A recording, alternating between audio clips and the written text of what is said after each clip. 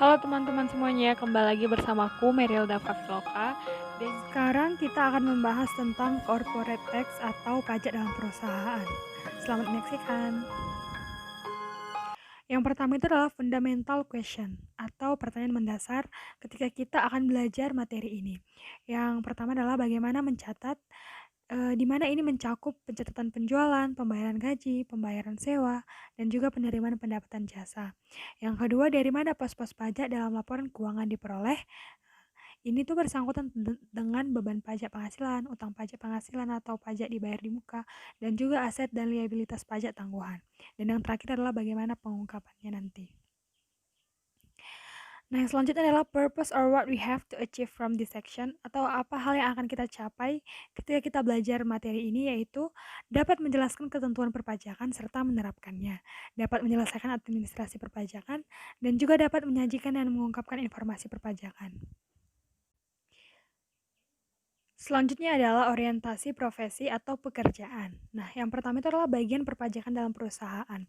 Biasanya itu adalah administrasi pajak, sedangkan auditor itu adalah memastikan kewajiban pajak telah diselesaikan, laporan keuangan telah menyajikan dan mengungkapkan informasi pajak dengan benar. Jadi, auditor itu tahu lah kan dia mengaudit laporan keuangan.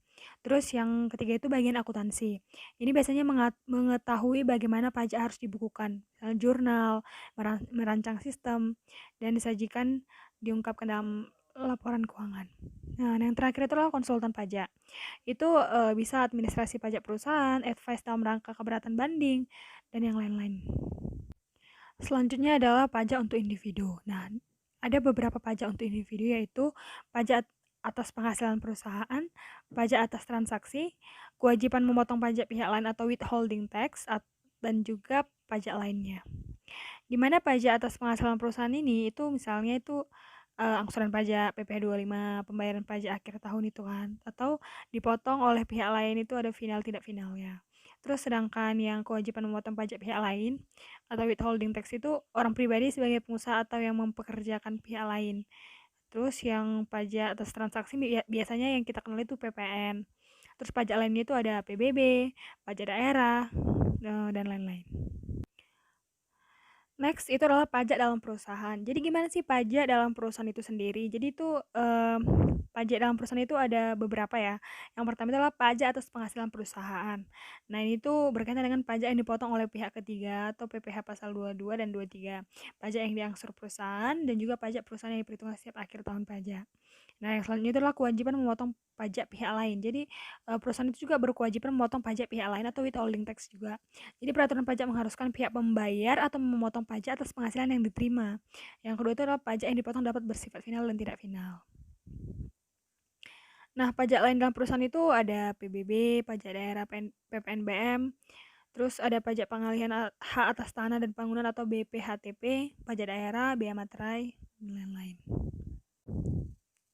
Selanjutnya adalah alur singkat pajak perusahaan. Ini tuh adalah alur singkatnya gimana pajak dalam perusahaan itu.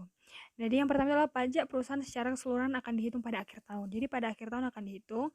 Lalu pajak penghasilan itu dihitung dari penghasilan kena pajak dikalikan dengan tarif pajak yang berlaku. Jadi ada tarif pajak yang berlaku dikalikan dengan penghasilan kena pajak. Terus penghasilan kena pajak itu dihitung dari laba sebelum pajak atau dihasilkan dari pembukuan akuntansi kemudian dikoreksi direkonsiliasi. Selanjutnya itu yang ada yang terakhir adalah koreksi dan rekonsiliasi fiskal diperlukan karena terdapat perbedaan aturan antara akuntansi dan pajak dalam mengukur pendapatan dan beban. Jadi kita memang harus melakukan koreksi dan rekonsiliasi karena memang bisa aja terjadi perbedaan aturan antara akuntansi dan pihak pajak itu mengukur pendapatan dan bebannya. Jadi bisa beda. Jadi supaya itu tidak menjadi masalah, maka kita harus melakukan koreksi dan rekonsiliasi. Selanjutnya adalah pajak penghasilan pihak ketiga. Jadi ini kan juga adalah kewajiban dari perusahaan kan untuk memotong penghasilan pihak ketiga pajaknya gitu. Jadi itu yang pertama adalah atas pembayaran yang dilakukan kepada pihak ketiga jika jumlah yang dibayarkan merupakan penghasilan kepada pihak lain yang harus dipotong pajaknya. Terus yang selanjutnya adalah perusahaan memiliki kewajiban memotong pajak atas penghasilan pihak ketiga yang udah kita sebutkan sebelumnya. Terus itulah pajak tersebut adalah ada PPh 21, PPh 23, PPh 26, dan PPh pasal 4 ayat 2. Selanjutnya adalah hal-hal yang harus diperhatikan dalam pajak penghasilan pihak ketiga. Yang pertama adalah pajak yang dipotong bukan merupakan pajak perusahaan, tetapi pajak pihak ketiga. Yang kedua, pihak ketiga dapat mengkreditkan pajak yang telah dipotong tersebut jika pajak yang dipotong bukanlah pajak final. Lalu pencatatan dibuat saat memotong pajak, dan juga perusahaan harus menyetorkan dan melaporkan pajak yang dipotong. Selanjutnya adalah PPN. Nah, panjangan dari pajak pertama nilai. Nah, PPN dikenakan atas setiap penyerahan barang kena pajak yang dilakukan oleh pengusaha kena pajak. PPN dikenakan pada setiap level distributor. PPN akan ditambahkan dari harga jual sehingga yang dibayar oleh konsumen adalah harga jual ditambah dengan PPN. Yang terakhir adalah PPN yang dibayar oleh konsumen akan dicatat sebagai PPN keluaran. Jadi contoh kecil PPN yang sering kita lakukan adalah ketika kita belanja di supermarket atau contohnya itu Indomaret, Alfamart seperti itu. Nanti di kertas truk pembayaran itu pasti ada akan ditulis PPN. Selanjutnya adalah PPNBM. Jadi PPNBM itu adalah pajak penjualan barang mewah. Ini tuh dikenakan hanya satu kali, yaitu pada produsen penghasil barang mewah, dan yang kedua adalah importir barang mewah. Nah, PPNBM ini akan ditambahkan dari harga jual yang telah ditetapkan oleh produsen atau importir. PPNBM tidak boleh dikreditkan dengan pajak yang lain. Jadi hampir sama PPN tadi. Ini tuh harganya juga udah ditambahkan dari harga jual yang ditetapkan oleh produser. Jadi biasanya kalau kita beli barang-barang mewah itu udah harga yang kita beli itu memang udah udah tertambah atau udah terakumulasi dengan PPNBM-nya gitu.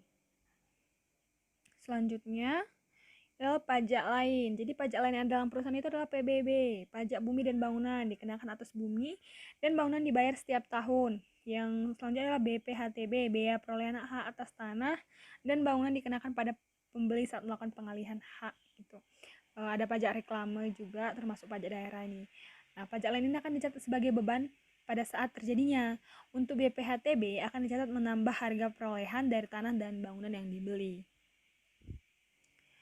Kemudian penyajian pajak pihak ketiga. Jadi pajak pihak ketiga ini tidak mempengaruhi laba rugi perusahaan. Dia tidak termasuk tapi tidak mempengaruhi laba rugi perusahaan. Kalau misalnya pajak pihak ketiga. Jika di akhir periode terdapat pajak yang belum dibayarkan, maka akan timbul utang pajak penghasilan. Nah, beban yang tidak dipotong pajaknya berakibat beban tersebut tidak dapat sebagai pengurang penghasilan. Ini ada ketetapan keberatan dan banding. Nah, surat ketetapan pajak, jumlah pajak yang telah dibayarkan tidak sesuai ketentuan sehingga Fiskus menetapkan jumlah pajak yang berbeda. Jadi misalnya itu kita membayarkan pajak tapi tidak sesuai dengan yang seharusnya gitu. Lalu keberatan diajukan atas SKP. Banding diajukan atau surat keputusan keberatan. Nah, keberatan SKP yang belum diselesaikan, proses keberatan dan banding diungkapkan dalam laporan keuangan termasuk jumlah dan isi ketetapan tersebut atau non-compliant. Yang terakhir itu adalah perbedaan pemotongan dengan pemungutan. Nah, ini memang harus kita bisa paham bedanya potong dengan pungut. Nah, kita akan melihat dari 3 aspeknya. Yang pertama adalah makna. Dari makna pemotongan itu, memotong atau mengurangi pembayaran atau jumlah yang diterima atau dasar pengenaan pajak atau DPP. Sedangkan pemungutan memungut atau menambah jumlah tagihan atau jumlah yang seharusnya diterima atau DPP. Sedangkan pihak pemotong atau pemungut, jadi dalam pemotongan pihaknya itu adalah dilakukan oleh pemberi penghasilan atau yang membayarkan. Sedangkan untuk yang pemungutan itu dilakukan oleh penerima penghasilan atau yang menerima pembayaran. Dalam kondisi tertentu dilakukan oleh pemberi penghasilan. Ada kondisi tertentu. Contohnya itu pemungutan PPh pasal 22 oleh bendaharawan pemerintah. Nah, jenis pajak. Nah, kalau misalnya yang dipotong itu biasanya jenis pajaknya ada PPh pasal 4 ayat 2, PPh pasal 21 atau 26, PPh pasal 23 juga 26. Sedangkan kalau misalnya pemungutan biasanya pemungutan PPN dan PPNBM. Kesimpulan dari materi kita hari ini itu adalah ini yang ada gambar ini teman-teman. Jadi ini ada pajak perusahaan kan. Nah, di mana badan ini yang di tengah-tengah itu merupakan badan perusahaan itu sendiri. Jadi mereka itu dipotong PPh 23 atas penghasilan jasa dan mereka memotong PPh 21 atas gaji karyawan contohnya. Dan juga memotong PPN atas penyerahan barang dan jasa. Jadi mereka dipotong PPh 23 dan mereka memotong PPh 21 juga memotong PPN. Nah, selanjutnya mereka akan menyerahkan itu atau menyetornya teman-teman ke kas negara melalui apa? Melalui KPP. Terima kasih buat semuanya teman-teman yang udah nonton dan juga mendengarkan.